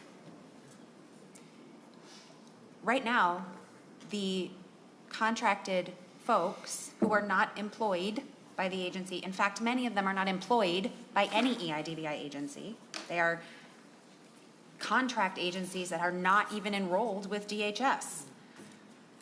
But, for just a moment, if something happens, then those people file a form with DHS saying, I've changed the date. I was not affiliated with that organization when that happened, even though that organization was paying them to provide supervision. They just change a form, and now no one with a license is responsible for the injury on that child. No one is responsible for that little boy who has a concussion. No one is responsible for the child whose wrist is broken. No one is responsible because they weren't employed. They were employed. clarifying the difference between employed by an agency, and by the way, current statute says they need to be employed by an EIDBI agency, so contractors who are not employed by any agency are out of compliance with current statute, currently. But changing it to employee means that no mother is going to look at a provider and say, who was responsible for the injury to my child, and to DHS, and DHS say, I don't know, nobody's on the record. Nobody's associated. Nobody's employed who has the license. No one is held accountable for injuring your baby. Senator Pate. Yeah, no, that's extremely helpful. I guess my question would be, and you probably would have the same question, what is a process in determining whether like a provider chooses an employee versus a consultant to do the work? Does that make sense what I'm asking? Representative Hicks. Thank you, Chair. I think it does. And I guess I would say that that's been a business decision. And I think what we've learned is that business decision has led to hurting children. And again, the current statute says employed by an agency. And so this is just changing it to employee, which I believe was always the intent. And so it clarifies that intent. And Senator Hoffman and Senator Abler were here when the original bill was written, so I'm sure they can clarify legislative intent. They were both on the committee about whether these people were supposed to not be held accountable in any way, shape, or form. And as a reminder, EIDBI is not currently licensed, so the only person who can be held liable in an event of harm is the licensed person, who right now is supposed to be employed by an agency, and we're saying should be an employee of the agency they're working with. But right now, that's where things stand, and it is terrifying. Senator Fate. All right. Any other questions on the EIDBI section? Representative Gilman. Thank you, Chair. I'd like to just make one comment here. As we were working through this article, again, we just looked at the massive growth of providers from 2017, 300 to current, or 2024, I believe it was just under 12,000 providers in the state of Minnesota. And again, we had some discussions on, is that person, was it a college student that was contracted for a little bit of time? Was it, but there's major growth. And because it's a medical billing codes, there's a higher pay rate. And so again, I'm excited that we've got to do this working group and talk about the fraud piece. It was mentioned briefly by Senator Abler. We have things on both sides of the spectrum here, and we just want to make sure that we have dedicated tax dollars and federal match dollars that are going to our most vulnerable in the state of Minnesota. And just to caution the fraudsters out there, as we work even in the interim and put time in to work on these programs and to have program integrity happening, when I see massive growth like that, it's a red flag. And it's, as we've talked with the agency as well, and our nonpartisan staff and partisan staff as well, just how we can craft legislation so we can have more accountability. So just want to put that out there. Thank you. Thank you, Representative Gilman. Any other questions on any other parts of the spreadsheet or the language that we have here? Representative Curran. Yes, thank you, Chair. First, I do have a question in Article 2, Section 69. I don't know if nonpartisan might be able to answer or someone else. It's specifically page 106, line 106.28 is where it starts. That's just, this is direction to the Commissioner of Human Services, optional consultation services. This is something that the House didn't hear. And just looking at some of the language, it says the Commissioner of Human Services must consider submitting a permit for consultation services, but not require.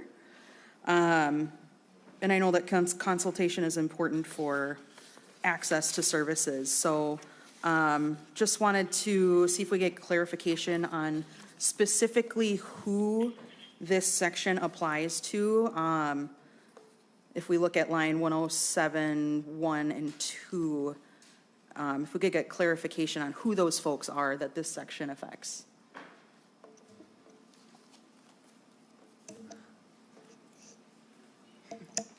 Mr. Monahan. Mr. Chair, I'm sorry, I was consulting with the good senators over here during the opening section of the comments, so I missed the question. Chair Knorr. Thank you, Mr. Chair. I think this is a provision that we accepted from the Senate. It's something to do with the consultation. And knowing that individuals who are in the waiver program and also in the CFSS program, that the waiver, those who are within that waiver process, the care plan and other provisions, and I think Liam can extend the conversation. So this is the optional consultation services to be done by the case managers who are providing the services to individuals in the CFSS program. And Representative Kern, can you just repeat that section of the page? Yeah, so it's 106.28 to 107.2. Just if I get clarification on who we're talking about in this, who's the applicable group of people. Mr. Monahan. Mr. Chair, members, so there are certain recipients of CFSS who are also receiving disability waiver services. And as part of their disability waiver, they have a case manager. And that case manager's job, one of their jobs, is to help them make decisions about what type of service and what type of service provider and which particular service provider they might choose. So the thought is that for those who are receiving CFSS and waiver services, it would be redundant for them to have to both receive consultation services in order to make determinations about their CFSS services. And while they also have somebody, their case manager, who's perfectly capable of providing the type of advice that consultation services are intended to provide. But the current language doesn't permit that. Current language would require somebody receiving waiver services from utilizing both consultation services and have their waiver case manager. Representative Curran. Thank you for the clarification. Just taking in a Senate, I just want to make sure, understanding the language from the Senate. Thank you. Just a few other thoughts. Mr. Chair, to that same topic, if I may. Senator Abler. Yeah, just while you're on it. No, I wasn't finished, but. Choose that. Yeah, Okay, I understand we cut each other off when we're not in public, but if we could not cut each other To that off. point, it's fine, I'll wait. Thank you, Chair. So I know it was mentioned at the top of this meeting that this was the hardest target among any committee. And I want to thank the folks who were with us throughout this process the entire session, when session ended, and are still here today and are eagerly awaiting to see what happens when we come back to special session. We did a little bit better by our neighbors with disabilities in this bill. But overall, if we look at where we're at in the state of Minnesota today and where we will be at after passing this bill, I think we have to be very honest that this bill is better than it used to be. But ultimately, we will still be worse off than we are right now. And I think that's really important that we keep this in the conversation. If we look at several letters that we received from members of the public, and I thank folks for sharing your thoughts with us, truly. But a lot of the letters, very sincerely are acknowledging that we were given a really difficult budget target to work with. And I just want to say, as a member of the House of Representatives, thank you for seeing and acknowledging that we had a difficult task ahead of us. And the budget cuts that we were given, the targets that we were given to work with, are still bad. So while, I certainly as a member appreciate, recognition that this was a tough task and we accomplished what we were told to do, what we were told to do is awful. And we can hold many truths at the same time. So sure, we did well with the budget we were given. The budget cuts given are significantly bad. There's conversations that aren't happening. One of which is, looking at the revenue in the state of Minnesota. We have had population growth over the last decade. People have been living longer over the last decade. Yet we seem to think that Minnesota is immune from growing costs, bills to pay. Those bills to pay are people we are taking care of. We've got more people. People are living longer. We've got the systems we need in place to serve people. And what we're finding here and what we're truly dealing with is a lack of will to acknowledge the resources that it takes for a state to adequately care for people who need us. So, in our spreadsheet, we're looking at some different ways to shift funds to counties. That's going to come out of property taxes and come out of folks' pockets. We could be looking at revenue raisers at the state level that don't target people in their own neighborhoods and communities through their county and their property taxes. We could be looking at other ways to raise revenue. It's been brought up if we look at taxes for the wealthy. If we look at all the breaks and cuts that we're giving corporations just to be in Minnesota, and then you look at how much money they're making after we're still giving those breaks, give me a break. Our state needs that money. The people receiving services in the state needs that money. And so while I'm thankful that the members of the public have recognized how difficult this is, I still feel immense responsibility, and I hope that others here do too, that over $500 million cut from waiver services alone is, it's not only disappointing, it's shameful. This is not, I said this in our last public meeting, this is not the Minnesota values that we hold. Did we do our work with getting this bill together? Sure. But there is a lot more work ahead of us. We need to be comfortable, open, and honest about what it costs to care for people in the state of Minnesota. And we need to be open and honest that the fact that tax cuts, especially to those who are wealthy and on corporations, cost money. And they cost money to the most vulnerable Minnesotans.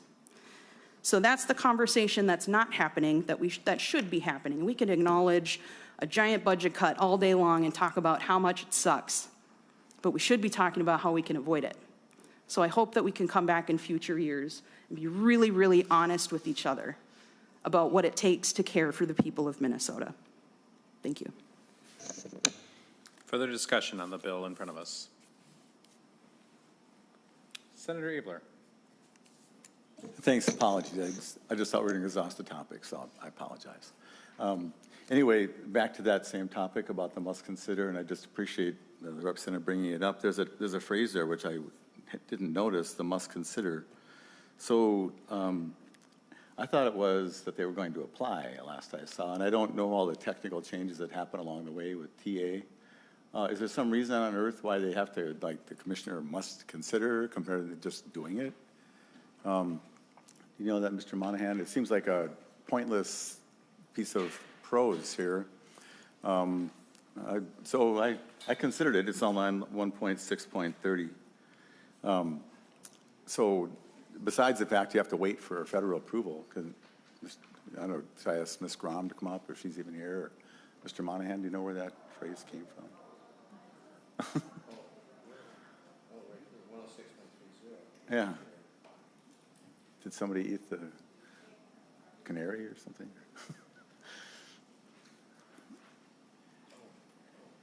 Do you know Senator Hoffman? Chair Hoffman.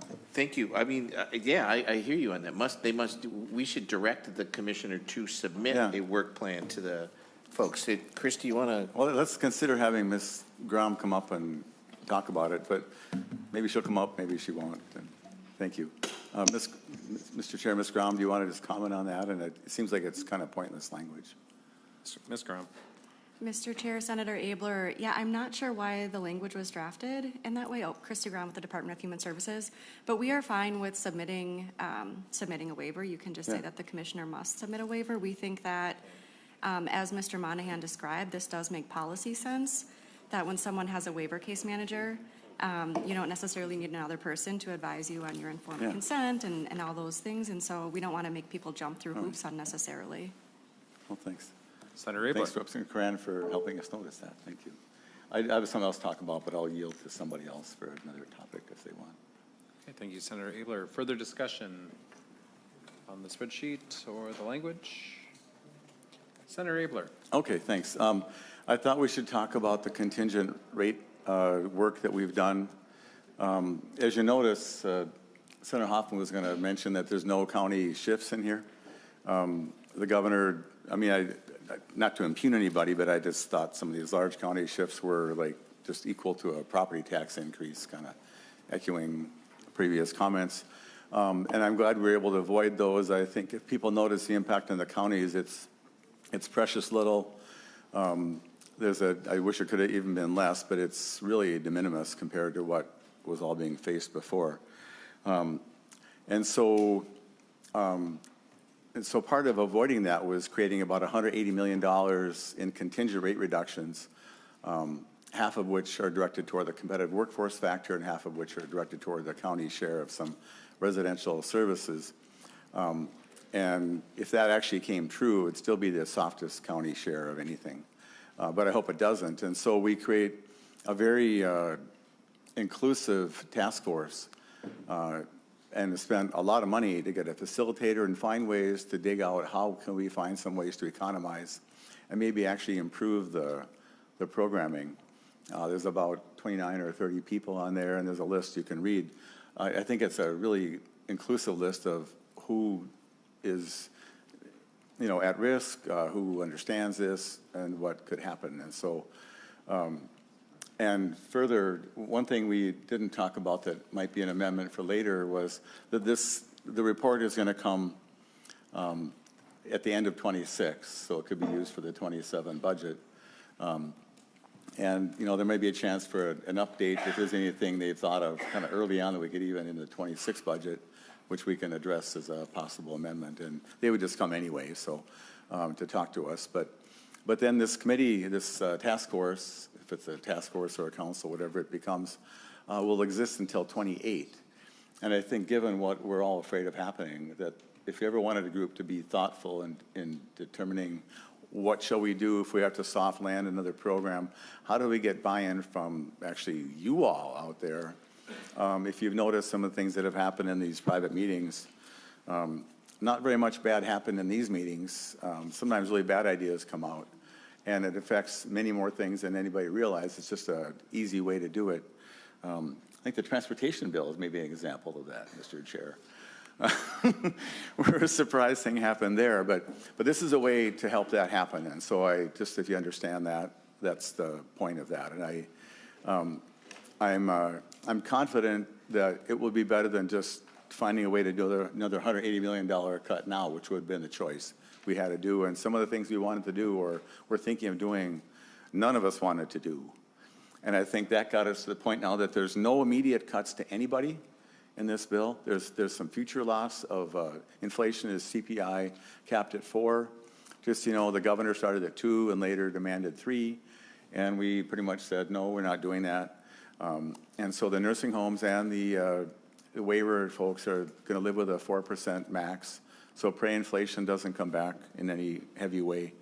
And so I agree with everything that's been said about the lousiness of our target, but I think at least in terms of preserving the programming and then with the futuristic, how do we get through whatever the feds do? And now the counties are intact, at least based upon us, to handle whatever rigor they have to handle. There's a second thing in there about min choices, Mr. Chair. And those are also contingent cuts. For those min choice lovers, if I have mentioned it only 50 times, I'm not counting enough of them. We spend $224 million a year badly evaluating people. at a great delay and a huge burden on the county. In this bill, there's the full meal deal and then the chance for 2 smaller ones if the people elect that that's what they would like to do. If there's been no significant change, that should relieve the counties quite a bit. But it's been a time study since 1993, which means your people are working and then they're interrupted, and what button should I push, like what account I'm working on, which is interruptive and also just purely a bizarre way to do this. And the goal then is to create a price per evaluation so the counties can know they're going to get $1,000 or $500, and then they can streamline their operations in a way that rewards them getting paid per capita. And the point is there'll be some kind of a group coming together to figure out how to do that. I was tempted just to assign a value just to save the money, but we didn't go that way. So we went instead with in 2 years from now, then there'll be some plan to get that down to a per capita way, which is long overdue. So then we should talk about the housing stabilization program. I guess I'll just continue and then we can pile on about that.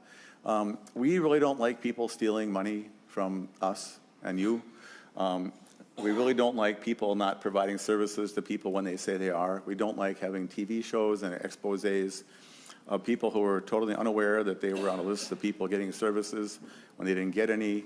And so on the housing supports and the recuperative care program, if you read that, if you're a good provider, thank you, and you get to continue being a good provider. But if everybody's going to be screened to see if they even have the possibility of performing these duties, it's a pre-screening, pre-application assessment to make sure you actually have the capability to provide the services you say you want to provide, and then there'll be a process to go through to get approved. I think there's a moratorium, or it's not a moratorium, is there? We didn't do a moratorium. We wanted to, but we thought with this pre-assessment thing that would be a good way to do it. There's also some limits on how much you can collect, and if people have more questions, you can read it, but I just wanted to point out that given the nature of our work and the fragility of our population, we're just intolerant of people that are misusing the programs, and we're all about quality programs to people and making sure that the money goes as far as it can, especially given the trajectory of all the budgeting that this is a part of. So that's all I got, Mr. Chair. Thank you. Thank you, Senator Abler. Representative Keeler. Thank you, Chair. I think the bill, I think Representative Kern said a lot about the bill. I just want to take a moment of gratitude. Our 3 chairs, you have led us through a very complicated, we always call it like a working group or a practice. But these are lives, and I think that matters. Like every line item is impacting human lives, and I want to just acknowledge that our 3 chairs have led us with compassion and grace as we've done this. I want to make a huge note to our staff. I think often our staff gets overlooked in the massive amount of time that both of you put into this, and on the House side, I've seen that work, and I want to publicly say thank you to both of you for doing that. But also, on the House side, I think it matters. Representation really matters when we do things, and often Greater Minnesota is missed, and what these systems look like, whether it's Greater Minnesota counties, service industries, and what we have at this table and in this working group, at least from the House side, is a massive amount of Greater Minnesota members. And so I just want to acknowledge the sacrifice that we've made, to leave our communities, to leave our families, to leave our kids, to be able to come here. And that's for you too, Chair. I think that it matters that it's acknowledged to my colleagues, the sacrifice that we make to do this work, to show up, to be as engaged as we possibly can. But also in the House, we've had to work in a very bipartisan way. And I think often that doesn't get chatted about enough. And I do want to acknowledge that I think I've been coming into this work a lot saying that there's slivers of commonality that we can do good for all of Minnesota. And I think what we've been able to do in the House this year, particularly around this work, is put human lives before any political differences that we have.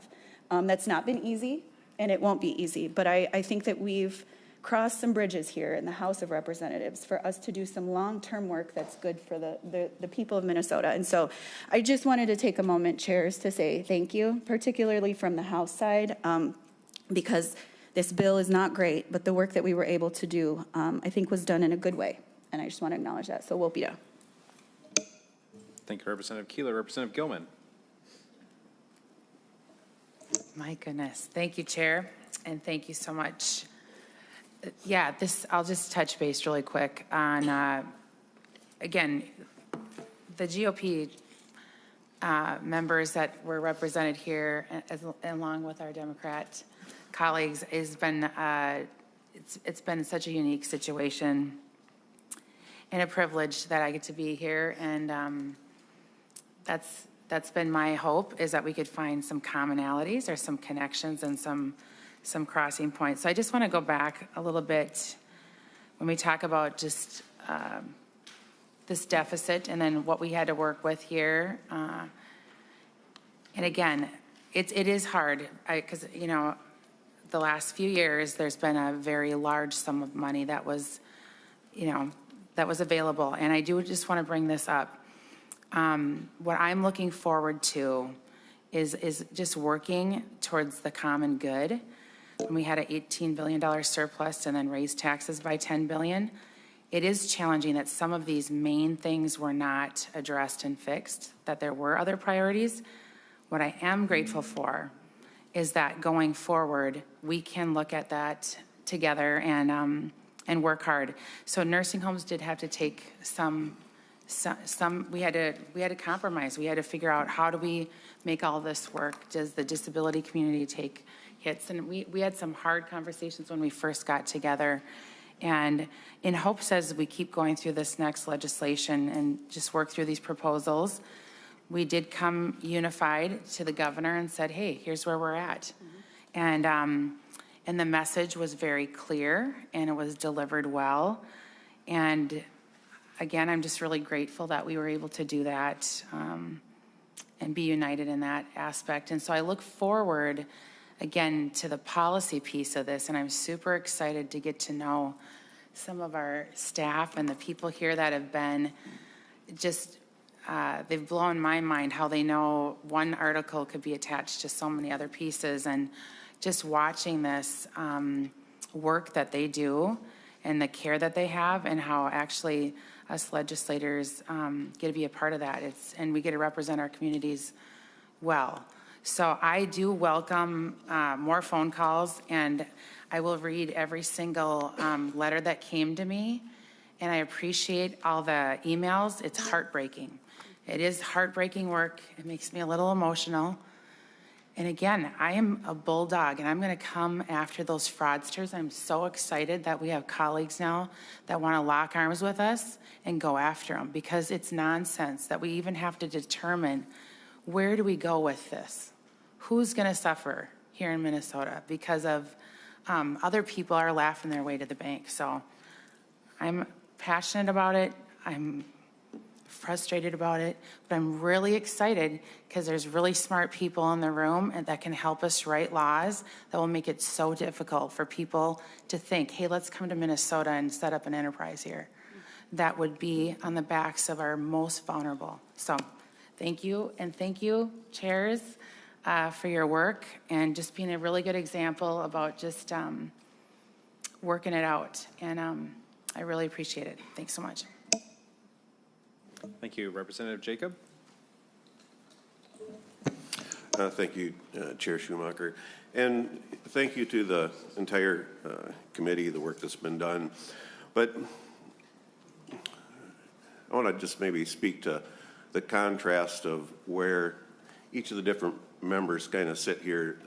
Many of the members the services are so important, and I do agree with the importance of the services.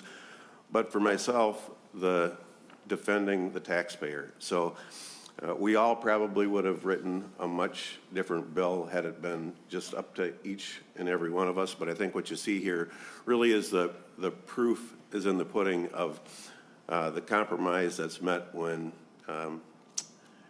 everyone's input is given and respected. So, and for myself, coming from a county commissioner background, 10 years on the Winona County Board of Commissioners, defending the counties and making sure that the counties are not taken advantage of. They are hardworking partners in this, and many times I think I've heard legislators say, well, counties are special interest groups.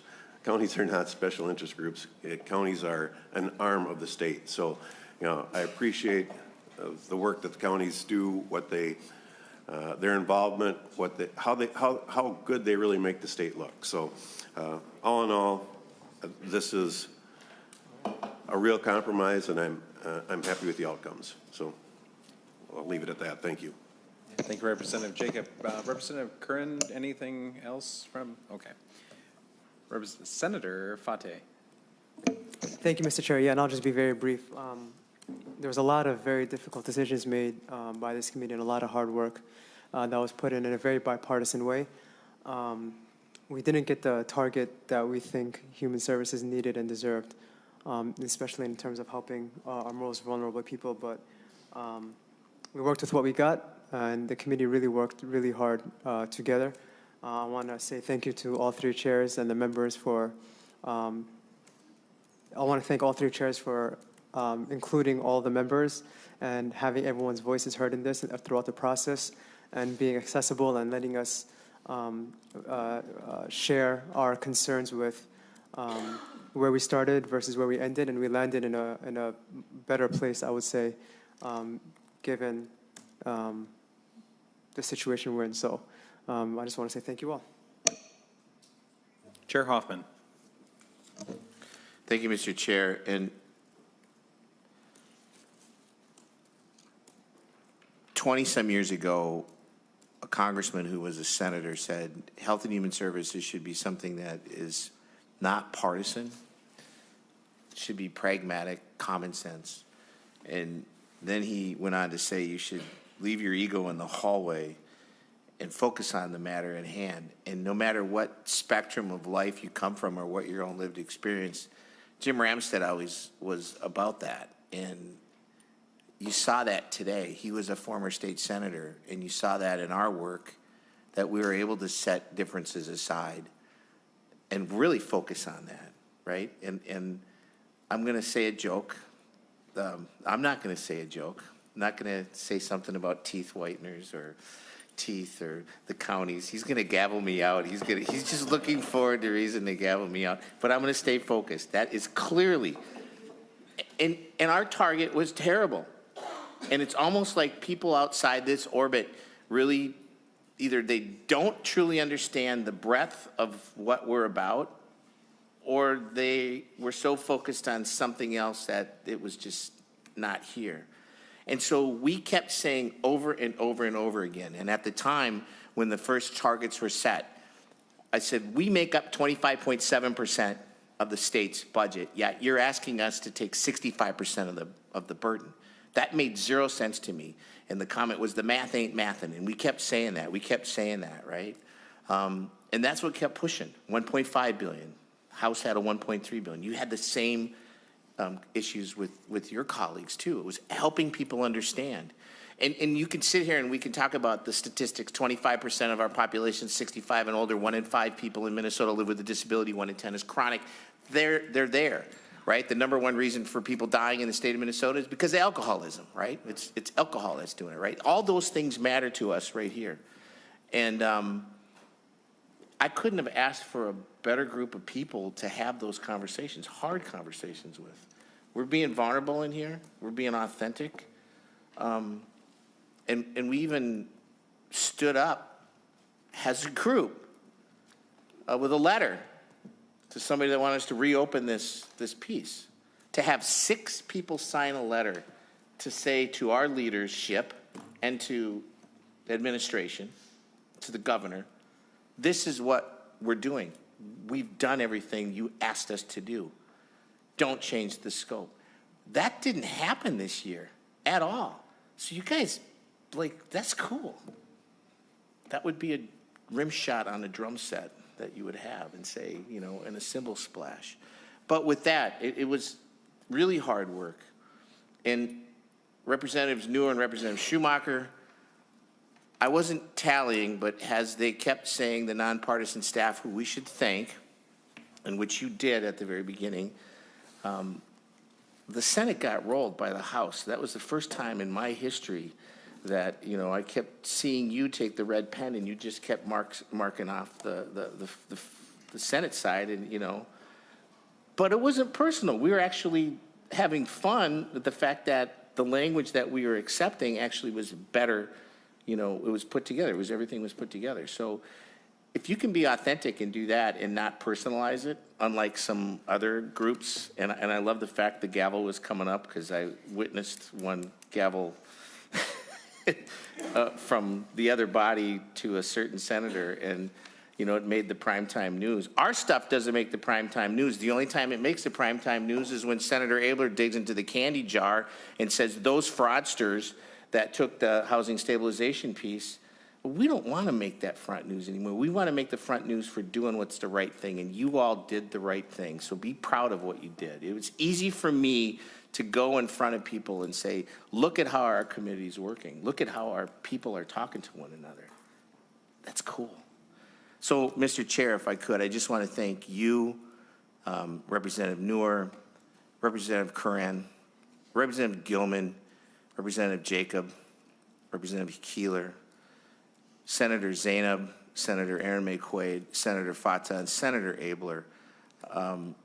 The staff, David Zach, Cassie Soar, Emily Spiteri, Bryce Hinkst. We even had, we had Republicans and Democrats working on the same stuff. Bryce and Emily were in the same room as us. Nick Stumolanger, I love your organization, right? Megan Rosbach, you keep us on task. You taught me how to say no. I'm proud of that. And you let me look at your grandpa's painting in the basement of the Capitol, and that's kind of cool. That is something we're going to hold. Elijah Henderson, your CLAs, Joseph Freyhoff, and then Molly Peterson and Tom Brennan. It was nice to have Brennan back in the Senate after years, but I think that, and I really want to say this was tough, but we did what you started as chair years ago, and what we do is we do what we do. And so with that, thank you, everybody. Chair Noor. Thank you, Mr. Chair. I just wanted to thank you and also Chair Hoffman and the members. I think this was not easy. We're talking about individuals who are in a nursing home or in a group home or in any setting getting care. It's not easy when we're talking about the most vulnerable individuals in our society. Often they're forgotten. Often they're not sitting at the table. Their voices are not heard.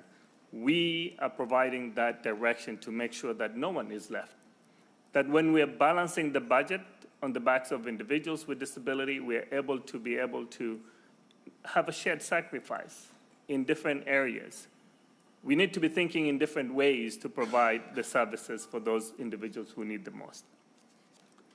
We're also considering the issue of substance use disorder. As you can see, we've invested significantly to address the need for those individuals who are in need right now. We have underinvested in substance use disorder.